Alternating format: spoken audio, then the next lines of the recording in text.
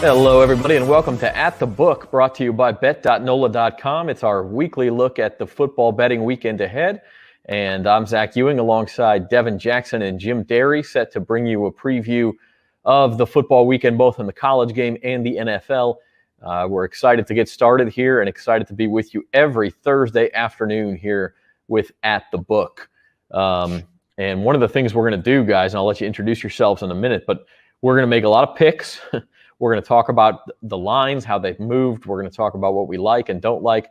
And we're also going to talk to our friend James Carville, who is going to be at the center of our Cashin In With Carville contest. And our viewers can participate in that every weekend and win some prizes. So we'll talk about that in a minute. But first of all, Jim Derry, he's our digital sports betting reporter. Jim, how are you? Doing great. Ready to start picking. It's a great time of year. Football's starting. It's on TV every night now, and we're ready to go. It is a beautiful night. It's the NFL opener. We had college opening games last weekend, and of course, all day Saturday and Sunday. If you're a football fan, you're happy, just plop down in front of the TV.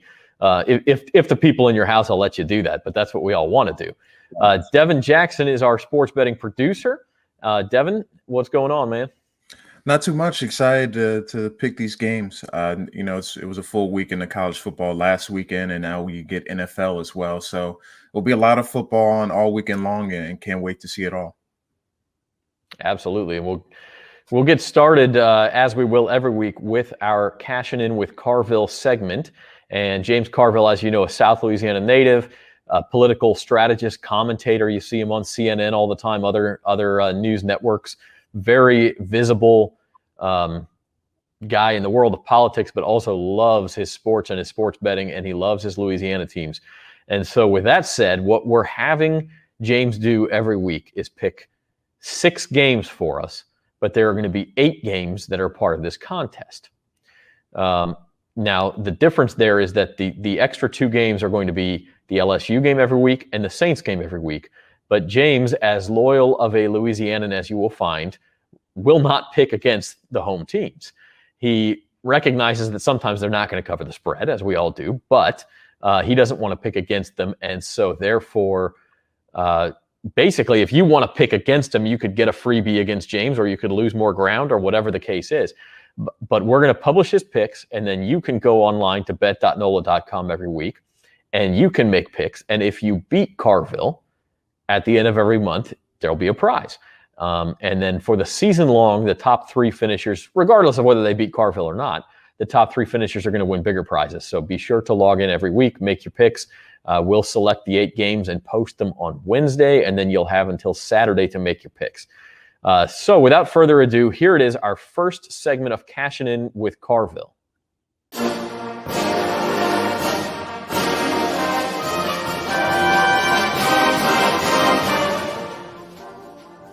Well, hey, everybody, I'm Zach Ewing, and this is the first episode of Cashin In With Carville, brought to you by bet.nola.com.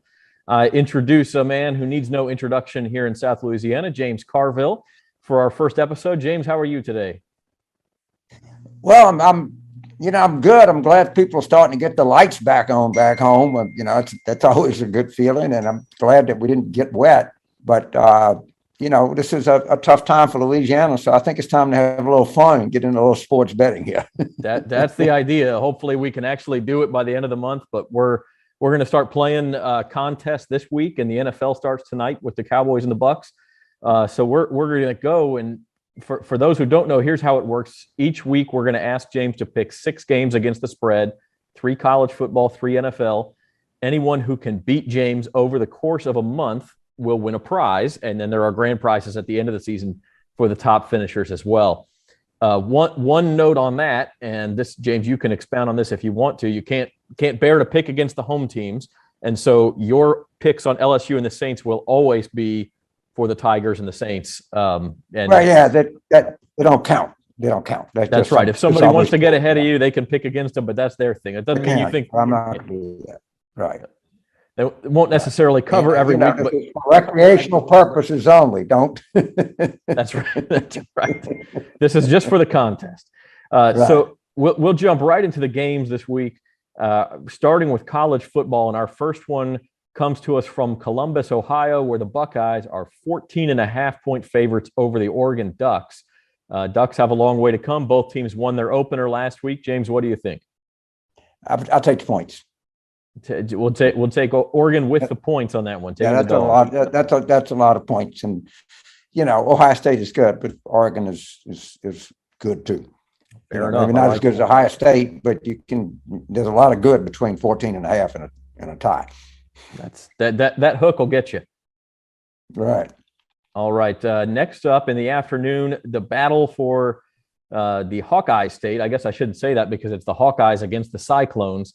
A big in-state battle, and Iowa State's at home. And even though Iowa had the impressive win against Indiana last week, it's Iowa State that's favored by 4.5. Yeah, I'd take Iowa. And I like Iowa State. They were good last year. I think didn't they lose the opener this year? They didn't have a great opener, but that's 4.5 points, and it's a rivalry game, and I kind of like the Hawkeyes. Yeah, the Hawkeyes are certainly impressive last week. Iowa State did win last week, but it was, I think, 6 points against Northern Iowa. It was not very impressive. So we'll see if they bounce back. Yeah. And the last college game of the day, we go to the SEC, where the Arkansas Razorbacks are hosting Texas, and the line there is just under a touchdown. Texas minus 6.5. Arkansas might be better than they've been, but they hadn't been very good. And Sarkisian, I think, is going to bring Texas back to. He's a good coach, all right. And I like the Horns here. All right, so we're going with the to-be SEC member over the established SEC. We're going with three. Yeah, the new SEC member. I'm eating a lot of chalk. That's 3 road teams now, an underdog and 2 favorites. 3 road teams. I got 2 chalks. Yeah. Yeah. But you get the road stuff is factored in, into the point spread. Absolutely. Yeah. So road teams cover just as much as home teams, right? Yeah. Now moving on to the NFL on Sunday morning. There's a lot of big NFL games this week. Woo! We picked out 3. But we'll start with the Bills hosting the Steelers, and Buffalo is minus 6.5. That's a statement you wouldn't have said 5 years ago. The Bills catching almost a touchdown against the Steelers. I mean, Josh Allen, top ranked quarterback. I'm going to take the Steelers, and I'm not. This is no nostalgia here. It's 6.5 points, and Steelers got a good coach, and they're getting points, and it's. I know it's the new Buffalo Bills, but we'll go with the Steelers. It's still the Buffalo Bills. Another road team, though. James Carville with a 4th road team and 4 picks. We'll see if that streak ends here with our Sunday night football game. The Bears are the road team going all the way out to LA. The first Rams game with fans in the new SoFi Stadium. It's a big spread. Rams minus 7.5. Eat them. All right. The Taking the Rams big with Andy Dalton at quarterback. Maybe things change when Fields gets behind center. If that defensive lineman I got might be the best player in the NFL, Aaron Donald, he is a beast. Yeah. I wouldn't want to be in the same state with him. We'll wrap up the picks with Monday Night Football. Again, first game with fans for the Las Vegas Raiders. They are hosting the Ravens, and it's a road favorite this time. The Ravens minus 4.5. I'm going to take the home team in the points. All right. I mean, they're opening up. And the Ravens, good. They're pretty good. I like the Raiders here. First team with fans at the new Allegiant Stadium. Should be an emotional night, and James Carville likes the Raiders. So just to recap, Oregon plus 14.5 at Ohio State is the pick. Iowa minus 4.5 at Iowa State.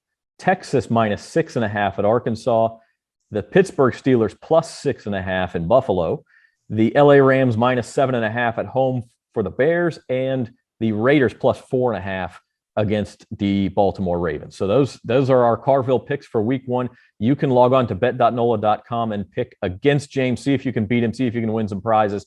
In the meantime, I know you don't want to pick him, but what are your thoughts on LSU? I know you were at the Rose Bowl last week, a disappointing night, and then the Saints opening up as well. My thoughts are we got to get better. I mean, it was like the 2020 season just started played into 2021. But what Coach Ogeron showed, he can adjust and make improvements. And, we had that awesome 2019. So, better beat if we don't beat McNeese in Central Michigan. But we're going to learn a lot against Mississippi State. But, we learned against UCLA that we got more learning to do here. And I don't think one game doesn't make a season, but it sure puts a caution light up, Sure thing. And so we'll see. But we got some terrific athletes. And, I think coaches can get them focused in the right way. We can't let our people get beaten. UCLA got a lot of receivers behind us, and we couldn't move the ball. And hopefully, we knew the offensive line was a kind of question mark going into the season. It wasn't much of a question mark against UCLA. It just wasn't very good. Yeah, and, that's hopefully through determination and coaching, and they'll get better. But let's see. But there's definitely a kind of a alarm in River City here. As you said, at least they get 2 weeks to sort of get things right, McNeese and Central Michigan, before they get into the SEC. What about the Saints? What I don't know. Practicing in Dallas, TCU, they fly to Jacksonville, they play Green Bay, which is, and then they don't come home to the fourth game.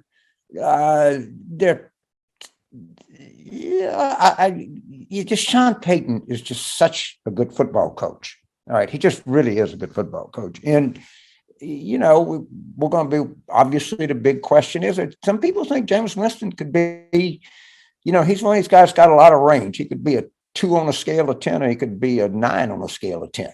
I mean, he can definitely throw the pineapple. I think he's going to be good. We'll see. I mean, I mean, look, and again, I'm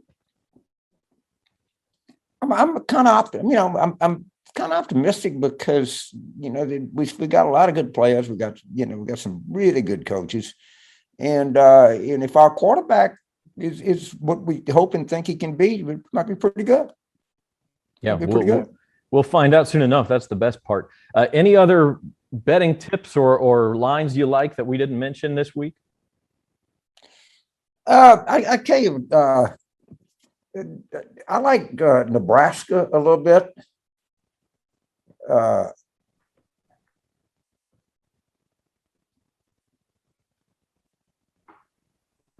Cornhuskers are sort of struggling. 13.5 in Lincoln, but Buffalo is not that good. And I'd throw in TCU -11 at home against Cal. Okay. And I like the Browns getting 6.5 with the Chiefs. And that's in Kansas City, so that'll be Yep. that's the other big NFL game we didn't necessarily pick. So if you those are kind of my lanyap throw in. What the hell? You might be, I've gone over. Just remember that. we love Lanyap. We don't think you'll go over. It's James Carville. You know him from TV, but the man is a serious sports bettor, serious sports fan as well. And so we will be back every week with Cashin In With Carville. James, thank you very much for being with us. If there's a vice, I like it. All right. I don't think sports betting is a vice. I think it's a virtue. But anyway. Hey, it's very entertaining, and that's what we're here for. So we appreciate it. Great Zaxter. All right, man. That's right. We'll talk to you next week. You bet. Okay.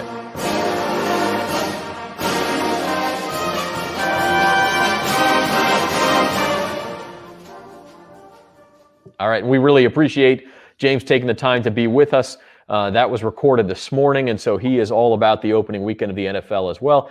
It opens up tonight with Bucks and Cowboys. And guys, this one's interesting because it opened up back in the summertime as Bucks -6.5, and I saw it just a few minutes ago.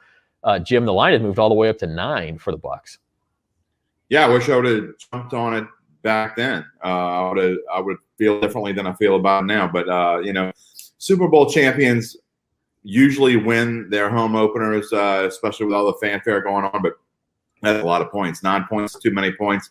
I'm going to take the Cowboys if I have to take it, but I probably wouldn't put much on it. But I would take the Cowboys here, especially at 9 points.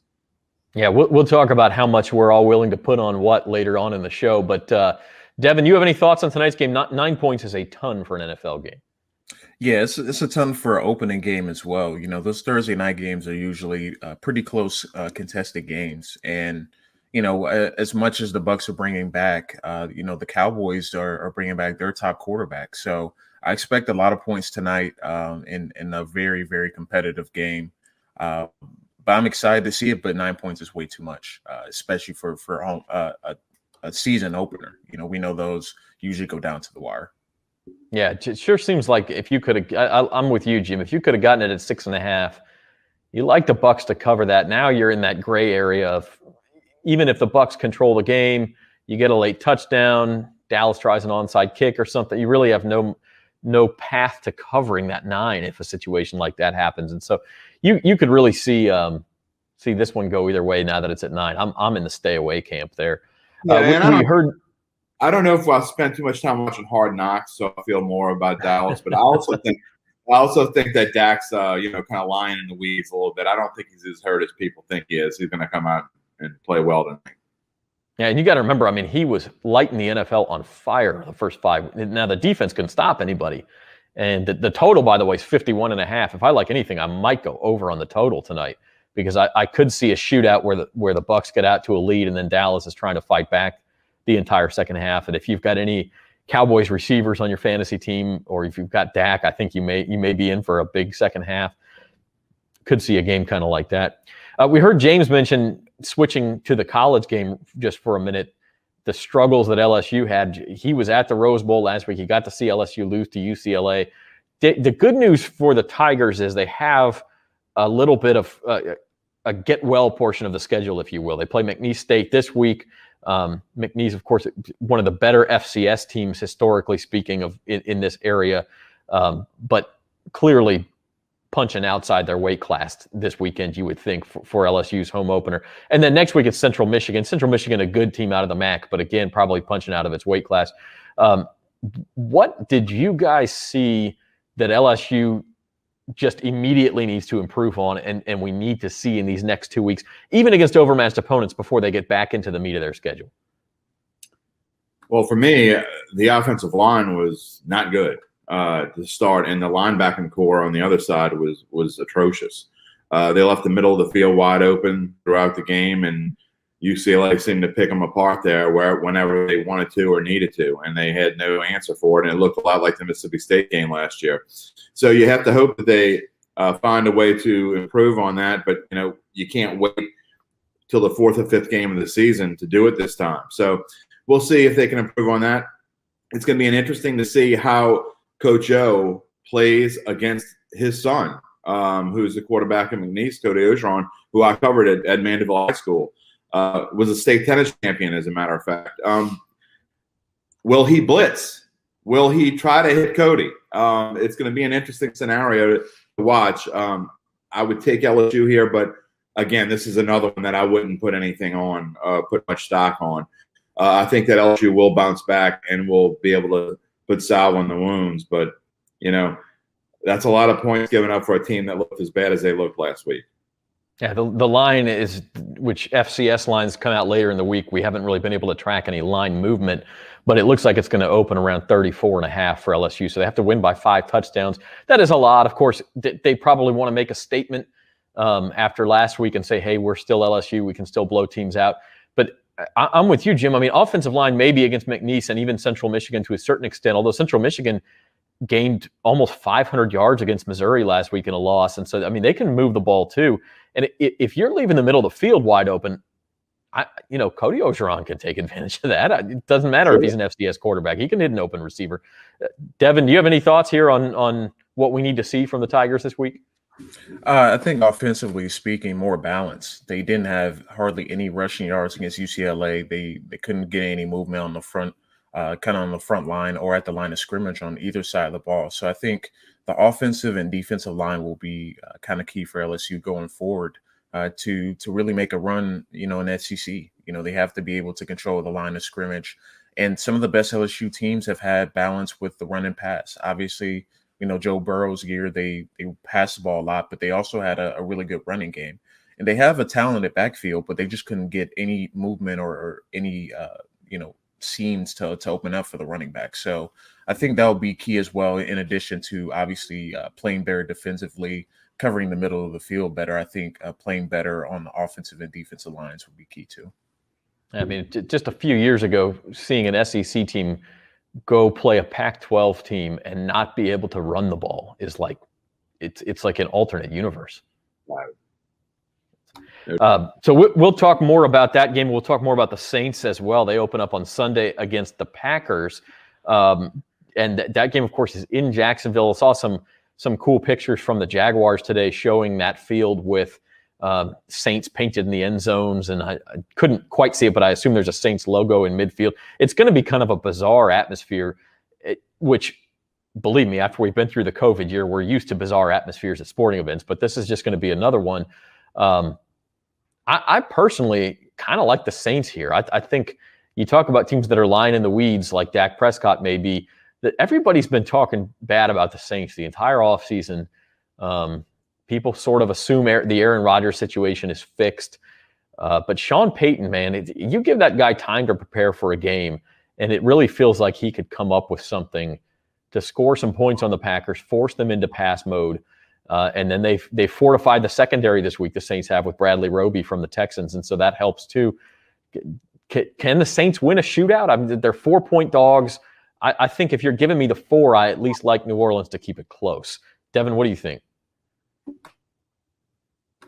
Yeah, I think they'll keep it close. I like their matchup of the defensive line against the Packers offensive line. I believe the Packers are starting 2 rookie offensive linemen, and you got some veterans on the Saints defensive line that can take advantage of that.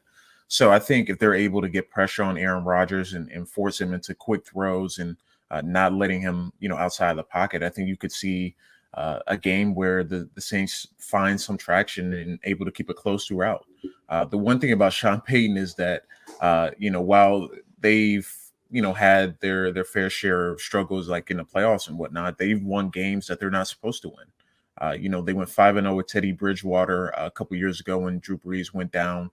Last year, they won a couple games with Taysom Hill at quarterback. So they win games that you wouldn't think they could win, and with all the situations and everything going on, around the team, I think they're even more motivated than ever to make this a really tight game. So I would feel pretty good about the Saints covering this week. I think, the Packers are not going to be able to pull away from them, because the Saints just have that kind of mentality, especially going into this year, that, people are overlooking them. So I expect them to come out motivated to play. It's interesting, Jim, because we've had conversations offline that you like the Saints as well, and I know you've written that just from a season-wide perspective. But I think I saw it's not one of your money picks, but I think I saw you like the Packers this week. I'm actually going to throw a curveball at Ryan. I would take the Saints with the spread, but I wouldn't put anything on it, and I don't like the Saints to win this game. I think Green Bay is going to win the game. I actually think it's going to be a low-scoring game. But here's the thing. The Saints have not fared well in openers as of late, as well as Sean Payton does over bye weeks. It's not so much the same in opening weeks, and that's because they usually put the Saints up against a tough matchup in week 1. That's been that way. They like to have the Saints in a marquee matchup. This was supposed to be in the Dome, obviously, but this is the absolute worst team in the NFC that the Saints could open up with. They do not match up well with Green Bay. With the issues with Onyemata being gone and who knows what across the front line. But I'm more worried about the secondary and all the changes that have been made just this week. You got a new cornerback, Desmond Trufant. What's going to happen back there? So I just don't like the Saints matchups against Devontae Adams and the core of Green Bay receivers. And do they match up well against the tight end, Robert Tonyan? It's not a good matchup. I do think it will be close. I do think they will find a way to keep it semi-low score, and I like the under. And I would take the Saints if I were forced to in the spread, but I think the Saints lose this game. But I do think that after this week, it gets easier for a little bit. It could be they could be 3 or 4-1 after this. Yeah, it definitely gets easier, and you're right. I mean, they've had games. Even looking ahead to like week 2s, they really struggled with the Browns a couple of years ago when the Browns were a very young team and not very not up in the standings or the playoff picture. They struggled with the Texans, the Raiders last year in week 2. I mean, you're right. Those first couple of weeks have been a struggle for them. I do kind of wonder, without the Drew Brees presence, if there's more of a sense of urgency to, like, hey, we've got to get rolling right now and show people that, we can do these sort of things. And really, I think there's probably also got to be a feeling that every game is going to count more. You're not going to go 12-4 this year or 13-4. These games are going to count big time right now if you're going to make a playoff run this year. Well, a side note real quick, Zach, before we move on, but now with the Saints playing in Jacksonville, they'll be the only team in the NFL who will be playing 10 games away from their home this year. So will that take a toll later in the season? We'll see. But now they don't even have a home game until week 4, assuming that they're able to play that game against the Giants, I believe, in the Dome. And I think they will. If they can't play that one at home, then they don't play again at home until Halloween. So Halloween. Yep. The crazy early schedule. And even though the opponents are favorable, the venues maybe are not. Yeah, that is true, and it's going to be a challenge for the Saints for sure, dealing with Hurricane Ida. And I know LSU had to deal with it, and Ogeron said after the game, like, I don't think that was a problem, but maybe it was. I mean, it's hard to say how it affects each individual guy. You've got guys who are worried about their houses, worried about their families, worried about what's happening back home, and they may say, yeah, I'm focused on the game, this is my job, but are you truly 100%? I mean, we've all experienced it in South Louisiana over the past few weeks. You can say you're focused, but there's still more going on than there usually is, and that you would like there to be. So that's a factor too. Driving up the street. Yeah, no doubt about it. Let's move on to our other game that we're going to play every week, and we're going to call it Big Bucks. And this is where each one of us, Devin, Jim, and myself, are going to start the season with $2,000. These are not real dollars. These are advocate bucks, if you will, bet.nola.com bucks. And we're going to take a portion of those each week and bet them on whatever we want to bet them on. It doesn't have to be the games for the Carville contest. It doesn't have to be straight up lines. It can be over-unders. It could be player props. It could be anything we want it to be. Maybe we'll start betting some baseball playoffs next month or some NBA. But right now we're going to start with $2,000 and see how we do, and see who can survive the football season with some money and maybe hopefully make some money. So Devin, I'm going to start with you. And one thing folks should know about Devin is that he spent a lot of time in the past several years in Pennsylvania in Big Ten country. And so that may color what he feels comfortable with to a certain extent. And so you'll see that in some of Devin's picks this week. Devin's number one pick is Ball State getting 22.5 points at Penn State.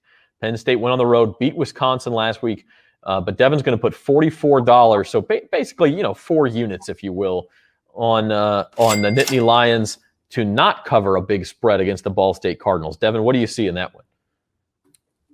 Well, I see an offense that's inconsistent for Penn State. I know how good their defense is, and I know how good they looked against Wisconsin, but over the last or under James Franklin, they struggled putting away smaller opponents. They went down to the wire against Appalachian State at home.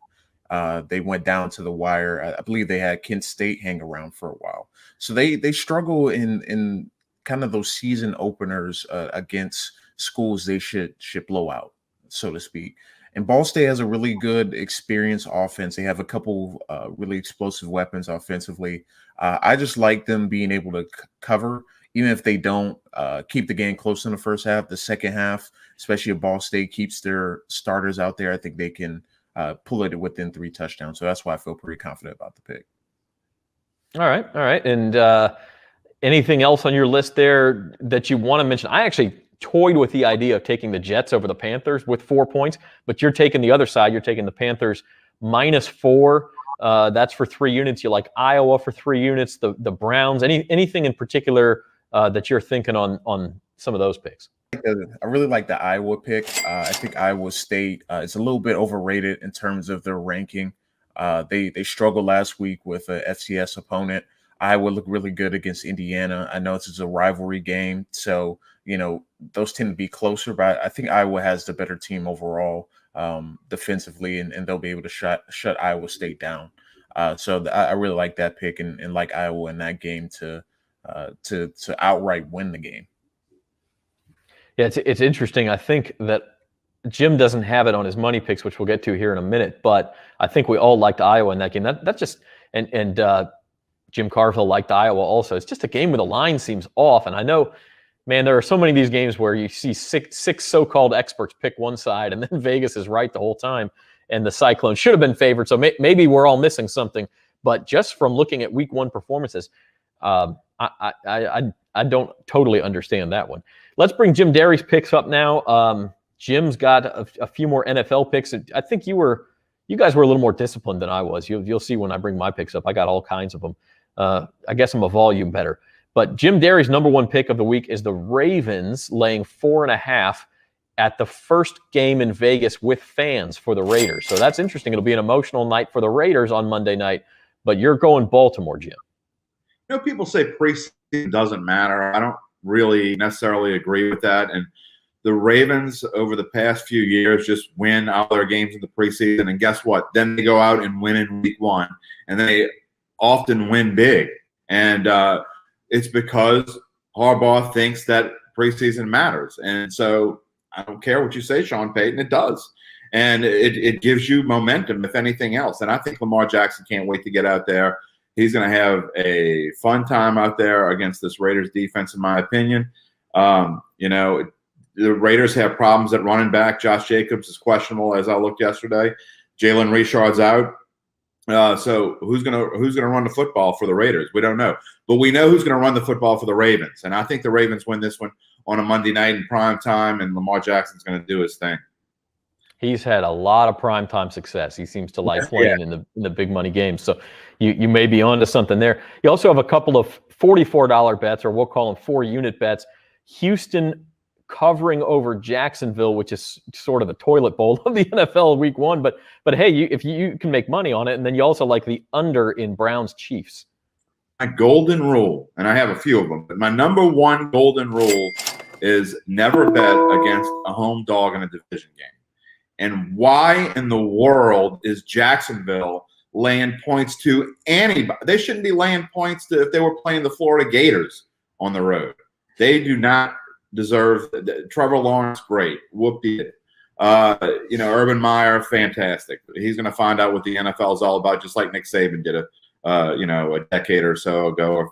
I'm old, so I guess it's more like 15, 20 years ago now. But you know, they shouldn't be laying points. And then the other one that I really like, I like the under in the KC Cleveland game. It bumped up from 52 to 54.5. When we talk about spreads changing, whenever spreads change like that, I love to take the other way because the public doesn't usually know what it's talking about. And about 7 or 8 times out of 10, you're going to win that bet. So, I mean, it's not because of anything that I've seen, but when spreads change that much, I wait till it gets as high as it's going to go, and I take the other way. That's one of those where it's a very public game. It might be the game of the week in the NFL this week. Browns and Chiefs, a rematch from a great playoff game a year ago that was high scoring. And so maybe people just, oh, yeah, it's going to be high scoring again. But a lot of times you'll see early in the season, not always, but defenses tend to be just a little bit ahead of where the offenses are sometimes. Sure. And so that is a very high total for an NFL game, 54.5. How about your college picks there? A little less money put on them. You have Notre Dame and then like UAB over Georgia with 24.5 points in a low-scoring game. Real quick, Zach, too, but if you bet all the unders in Week 1, you're going to win more than you lose. I promise you. I mean, don't even say, well, I don't like that one. I don't like that one. If you want to just take put 20 bucks. I'm going to write that down. Let me write that down real quick. I'm telling you right now, if you bet every single under this week, make some money. You're going to win in Week 1. It's just like preseason. The first week of preseason, if you bet all the unders in preseason, you're going to win money. It happens every year. But as might far be as worth driving to Mississippi, man, to make a bet here. I got that written down. Will they let me bring the kids in there? I don't know. I'll have to ask. As far as college goes, look, do I think UAB is within 24.5 points of Georgia? No. But Georgia is due expend every ounce of energy they could possibly spend last week in beating Clemson.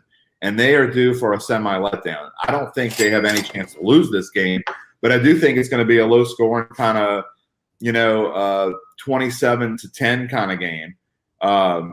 And so, therefore, I like the UAB and I like the under. So if you wanted to take a little bit and parlay the two, I didn't know how that worked in our picks. That's why I only put 11 on the under. But if I could, and I guess I can, I would parlay UAB in the under. All right. If you want to add that later, we'll I'll play bookie and we'll talk about what that'll cost you. I never understand. I mean, I know that it's close to 3-1, but I'm whatever they give me, okay, I'll take it. Yeah, I think it's 2.8 to 1 is what it comes out. But we'll get a parlay calculator in there and figure that out for you if you want to parlay. All right, I'm going to bring up my picks. I got 10 of them. I'm a little more confident in the college game than I am in the NFL. 6 of these are college picks. The game I'm the most confident in, we talked about it, is Iowa. I just, and again, with the caveat that maybe Iowa State is, and I'm not saying they're not good, and maybe the bookies know something we don't, and this line is correct. But with 4.5 points, you're telling me Iowa can't keep it close in Ames there? I just think Iowa's better than anybody is quite caught up to yet. I think they're a top 10 team in the country, and I think they can go on the road and at the very least keep this game within 4 points. I'd even consider sprinkling a little bit on the money line there and trying to get some good value. Elsewhere in the college game, I got Utah covering 7 against BYU. BYU lost everybody from last year. They didn't look very good last week. It's a rivalry game. Utah will be very motivated after losing to the Cougars last year. And so in the Holy Bowl, I got the Utes. And then my other three unit bet we talked about is the Saints over the Packers. I just think, again, they can keep it close. I think Sean Payton's one of those guys who's fueled by doubters, and he's got a lot of them in this offseason. And then just going down the rest of the list, Nebraska, I liked them a lot better when they were 13.5. It's moved up to 14. But I think they've just got to play better than they've showed so far. They're at home, facing a MAC opponent that's a sort of a mid-tier MAC opponent. I also have UAB on there. UAB's defense is good. I mean, look, they've only allowed more than 35 points like 3 times in 3 years or something. Maybe Georgia can get that high, but even if they do, that means UAB only needs 14 to cover the spread. So I like that pick. And then moving on down the line to some of the NFL picks, another game, the Chargers opened up as favorites on the road at Washington, which I didn't really understand. And the line has moved back down to a pick 'em. But guys, maybe I'm wrong. I think Washington ought to be favored at home to win that game straight up. I think so I agree. too. Go ahead, Devin. I was going to say, I think Washington's defense has only gotten better, since last year. In year 2, year 3 of a lot of these guys like Chase Young and whatnot. I think the Chargers are a little bit overhyped in terms of what people are expecting out of them, because they still have a first-year head coach, quarterback. Sometimes, after sensational rookie years, second-year quarterbacks have a bit of a drop-off, and they're in a new offensive system and whatnot. So I think the kind of the hype around the Chargers needs to be cooled a little bit. They also play in a really tough division. So I think Washington should be favored at home with as good as their defense is. Yeah, I'm not betting a pick 'em. Yeah. I'm not betting against Fitzmagic. I mean, come on, he's ready to go and do something new again. Remember what Fitzmagic did for the Bucs against the Saints? Speaking of Week 1 struggles, that was 3 years ago. I mean, he was electric in the Dome that day. I know Saints fans don't want to hear that, but that was fun to watch. And then just to recap the last couple of my picks, the 49ers 7.5 on the road is a ton of points. But look, the Lions, I don't even know that they're trying to win this year. Jared Goff against that 49ers defense, come on, easy money. And then same thing with the Falcons. I think the Falcons are still trying to win. I'm not convinced the Eagles don't just want to get a top 3 pick next year and try to get a quarterback. Maybe you see what Jalen Hurts can do, but that team is a mess right now. I'll take the Falcons at home. And then my upset special, just $10 on this one. I think the Titans have been overvalued for a couple of years. Jim, I know you disagree with that. I think the Cardinals can go in there and win that game straight up. So just a little sprinkle on that one for the money line. Did you read my column this morning? Column? No, did you pick the Cardinals? I sure did. I saw yesterday you picked the Titans to win the AFC South. And I still think they will win the AFC South. I just think that, if you look at matchups and how they go, I think the Cardinals actually, you talk about preseason, I actually think it was good for them to have a week off. And I think it actually will benefit the Saints as well. I don't think moving all around will benefit them, but, that's one less week you have of potential injuries. But I think the Titans are going to have a little bit they're going to have a little bit of adjustment period. You know, Julio Jones and some other new faces there in Tennessee. So we'll have to see. But I just call it a gut feeling, call it whatever you want. I think I said in my column, call it I ate something bad for dinner last night. I don't know, but I just have a feeling that the Cardinals are going to pull out. Well, there are always 2 or 3 big upsets, and this is the kind of knockout pool buster game, you know, because they're going to be a lot of Titans picks this week, because I think a lot of people think like I do, and the Titans are going to be really good. And I think they'll win the division easily, because I think the Colts have a horrendously tough schedule in the way that it's set up. But I do like the Cardinals here. Man, I honestly, I'd read about half your column and hadn't gotten to that one yet, so I'm surprised to hear you say that, because I knew you liked the Titans. But listen, Jim's picking every NFL game. I think he's, what are you, like 53% against the spread all time? I mean, which is a pretty healthy number. Somewhere around there. Yeah, we'll see if we can kick it up a little bit this year and make you some real money. But it'll be interesting. There is always week 1 upsets in the NFL where nobody saw that coming, because these teams change so much. Free agency changes teams so much, and the draft can. That it's not like college where you can just assume, you know, even though in college, obviously the turnover is even higher. You can't assume the recruiting classes are going to be good for the New England Patriots every year. I mean, it just doesn't work that way. So it'll be real interesting. New England-Miami is another game. But we're going to wrap things up here for this week's episode of At the Book. Devin, final thoughts from you on the first weekend coming in the NFL. Yeah, I'm just excited to see, how teams look. You know, some teams, really didn't even play their starters in preseason. So this is going to be the first time we see a lot of these, a lot of these players. Like, I'm excited to see what the Cardinals do this year. I think, the preseason isn't really an indication how they're going to look in the regular season. So I'm very intrigued on that game. I'm also intrigued for the Patriots and Dolphins game. I think that will be kind of a litmus test for both teams to see if one of them can sneak in the playoffs as a wild card, because I do think Buffalo will end up winning the division again. But I think between those two teams, it might come down to their second matchup, whether or not either team gets in that second or that first or second or third wild card spot this year. Yeah, it's hard to keep track of all the 17 games, 7 teams make it from each conference. It's just a little bit different. But Jim, we're ready to go. You had a fantasy auction last night. So tell me, first of all, the best value that you got in your fantasy auction last night. Well, my best value was keepers. We do an auction league. It's $250 of 250 fake dollars, advocate dollars, if you will. And you have 18 players on your team. I was able to keep Derrick Henry for 30 and Aaron Jones for 10. So for $40 out of 250, I start off with Derrick Henry and Aaron Jones, and then I spent a bunch of money on Devontae Adams. I also have Russell Wilson for 12. So I really like my team. We were supposed to draft on Monday night, but a lot of our guys had issues with power and internet, and so we kind of did our first ever virtual draft. It was our 31st draft of the Finks Football League, and I miss being with those idiots. Some of those guys I don't get to see a lot, so it's a fun time to get together every year. But so we did it virtually, and it came out pretty well, I thought. But this is one of my favorite weeks of the year. This, along with the divisional round of the NFL playoffs and the first weekend of March Madness and opening weekend of baseball, my 4 favorite weekends of the year. So I don't think you can go wrong as long as you have a partner who's willing to let you sit in front of the tube for about 48 hours straight. Yeah, that's right. And believe me, I love what you said there, because what sports is all about, and being a sports fan, and frankly, even playing fantasy sports or betting on sports, yes, it's great to win some money, but it's about talking about it, and it's about being with your idiot friends and having fun. And so we hope you spend some time with the 3 of us idiots throughout the season. Every Thursday we'll be at the book, and then we have 2 more shows that are debuting next week. Odds and Ends on Monday afternoon. That's a recap of the weekend, and we'll talk a lot of Monday Night Football. And then Wednesday is the fantasy roundup, and so we'll be talking a lot of fantasy football pickups to make daily fantasy values, things like that. Sports betting is coming to Louisiana.